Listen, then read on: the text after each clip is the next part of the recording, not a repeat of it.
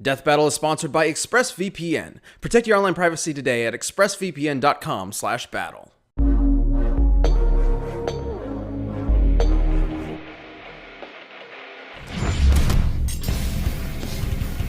Mankind has always looked to the past with regret for mistakes, and to the future for the chance to correct them. But what if the past and future could be visited at the same time?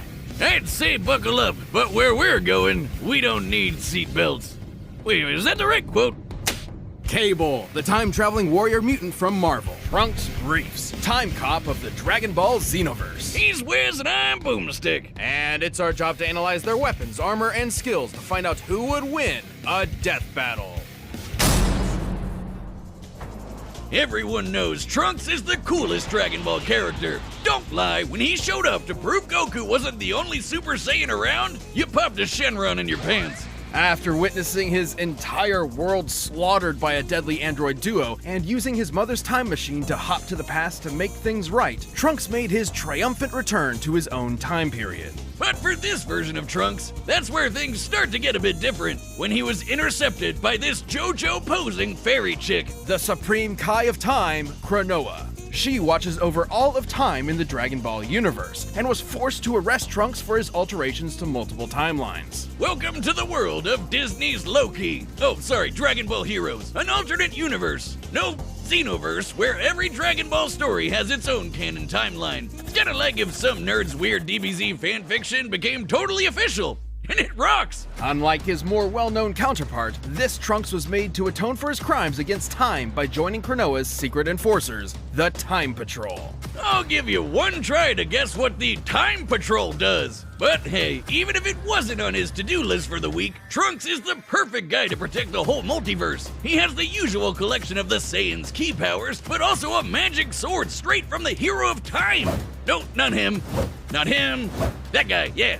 Even with the differing timelines, it's heavily implied this Trunks has lived all the way through some variation of the Goku Black Saga. Therefore, he possesses all powers the original Trunks has, including the ability to assume the golden form of the Super Saiyan.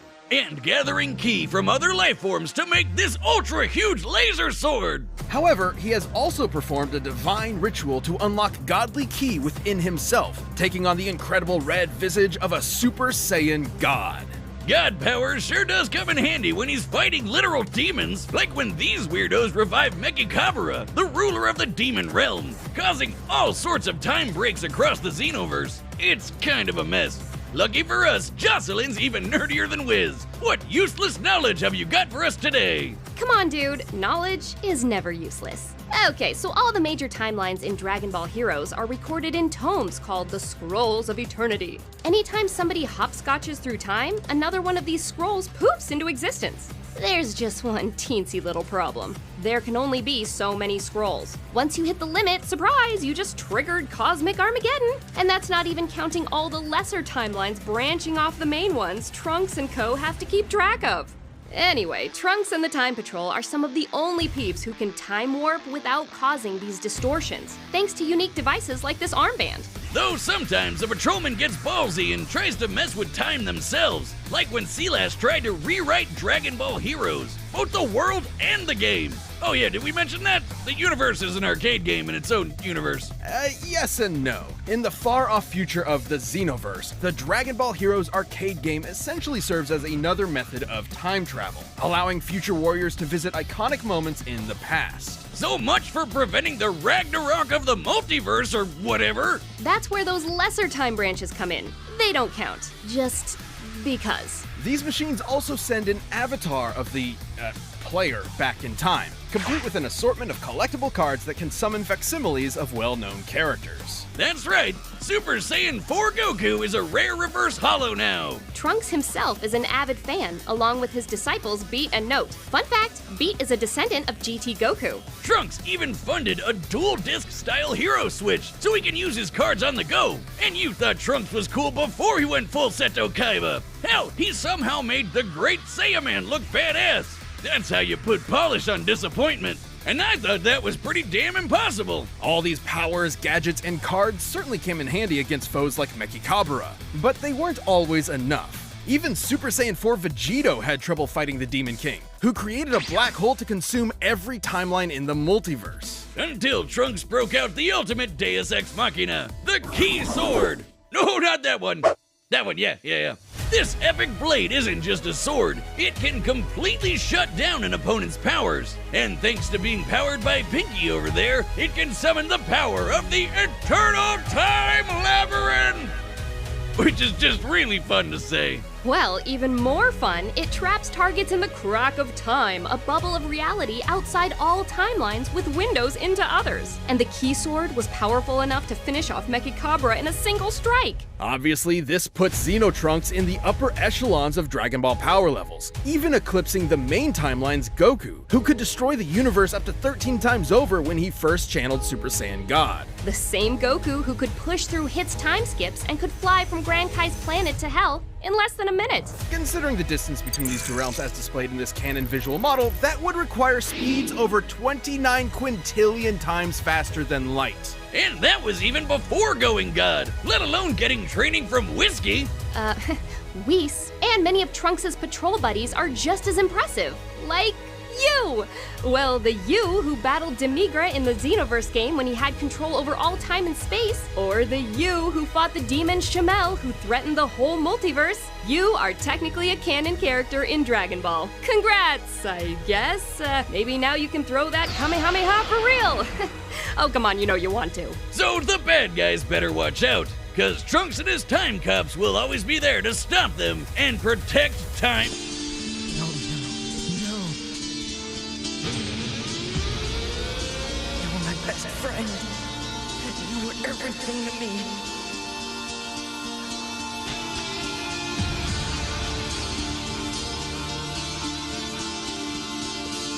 Everything.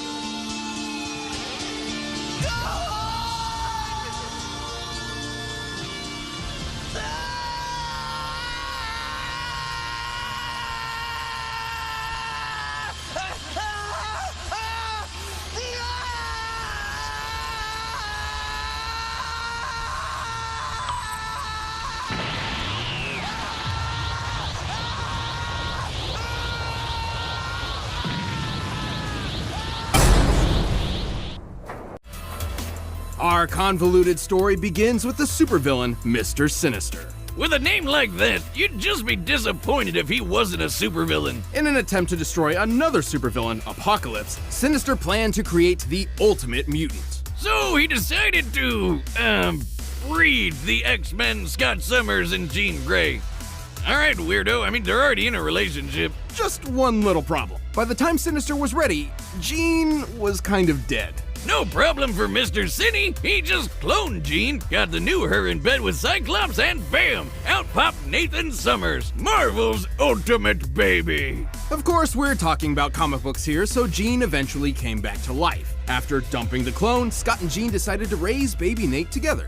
Oh, how nice! I love happy endings. Until Nate was kidnapped by, ironically, Apocalypse. Apocalypse infected Nate with the techno-organic virus, a liquid metal that converts organic tissue into cold, unfeeling steel. It's basically cyborg herpes, and just like the real thing, there was no cure. Trust me. Until a lady from the future showed up. Long story short, Scott and Jean allowed Nate to be taken 2,000 years into the future in hopes of a cure. Unfortunately, there wasn't one, because the future world was ruled by, of course, Apocalypse. So now, poor Nate's got an incurable robot virus and is stranded in a post-apocalyptic apocalypse future. What a ripoff. Well, it's not all bad. As the techno-organic virus took over Nathan's body, it enhanced his strength, speed, and endurance. Most notably, he gained a powerful metal arm and a cybernetic eye that can see in infrared, track objects 2 miles away, and fire lasers. And if any part of his robo-self is damaged, he can just put it back together lickety-split. He's more than just a cyborg, though. His training in the future turned him into an incredible hand-to-hand combatant and tactical genius. And like any good 90s comic book hero, he often comes to fights packing some totally awesome heat. Machine guns, laser guns, a doohickey that can control dinosaurs? What more would you need? He became a gritty savior of the future, where everyone knew him by one name, Cable. Unfortunately, despite being in the future, he was running out of time. The virus would eventually overtake his body and destroy him. Good thing Cable's not just any mutant, he's an Omega level mutant, which means his power is ultra maximum level. Thanks to his parentage, Cable possesses incredible telekinetic power. He can move objects with his mind, create force fields, disassemble complex technology, and even manipulate matter down to the atomic level. He uses this TK power to keep the technovirus at bay. Yeah, he's constantly pushing the virus back 24/7. How does he do that in his sleep? His telekinetic powers are so strong that he once stopped 247 enormous missiles, contained their explosions, and then funneled them out of the atmosphere. Badass. He's also a telepath who can read and control minds on a planet-wide level. He can even shut your brain off if he doesn't like you. Wish I could do that to Wiz. Good luck with that. He's capable of ionizing the entire planet's atmosphere all by himself, and his psionic powers extend even further. He can physically displace his body through both time and space, allowing him to teleport and time travel. It was those timey-wimey powers that let Cable visit the 20th century where he met the X-Men, joining their fight for a better future in our past. And that's how he found alternate versions of himself, like a clone named Strife, a timeline where he was a she named Rachel, and another Nathan Gray who was called X-Man.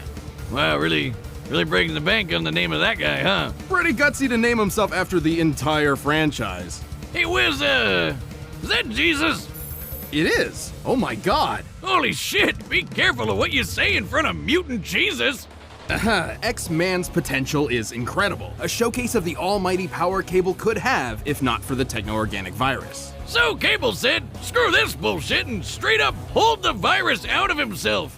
What did he even grab onto? Literally rearranging his DNA to do so, which is impossible. Across the 70 trillion cells in an average human body, there are over 200,000 pairs of DNA. But somehow, over the course of a day, Cable could comprehend and manipulate each and every one. Yeah, that's why I said hardcore. Without that dumb virus digging him over, he's lifted a giant metal island into the sky, broke the Silver Surfer's board, and could even move planets. To move the Earth out of its solar orbit by 10%, Cable would have to generate 470 decillion joules of energy, about 112 septillion tons of TNT. That's 24 zeros, bitches! He's fast enough to fight the Silver Surfer and was tough enough to survive the Incredible Hulk. But even with all this power, Cable knew he could never truly save the future. However, he did eventually find hope. Yeah, like literally, it's a girl named Hope. After so much time alone, he had finally found a family to protect. Whether it be past, present, or future, Cable will always be fighting for a better tomorrow. Remember it, Apocalypse. The name's Cable. All right, the combatants are set, and we've run the data through all possibilities. It's time for a death battle!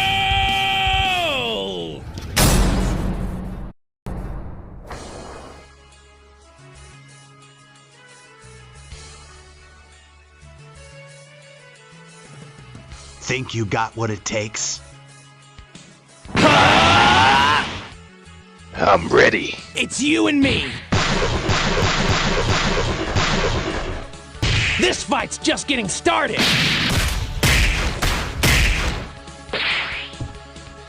Okay, come on.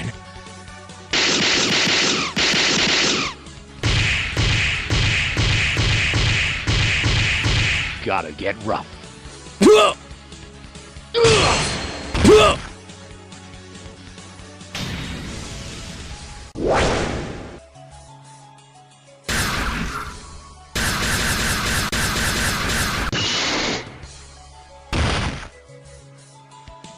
Time flip.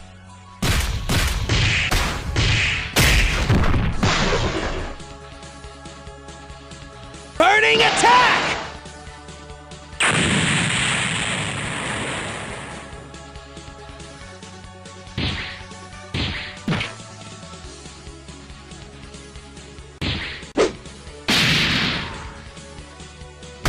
Kinetic shock. Viper beam. I'm mad now!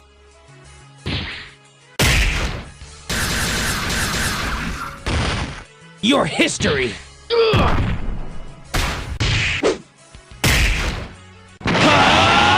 Push too far.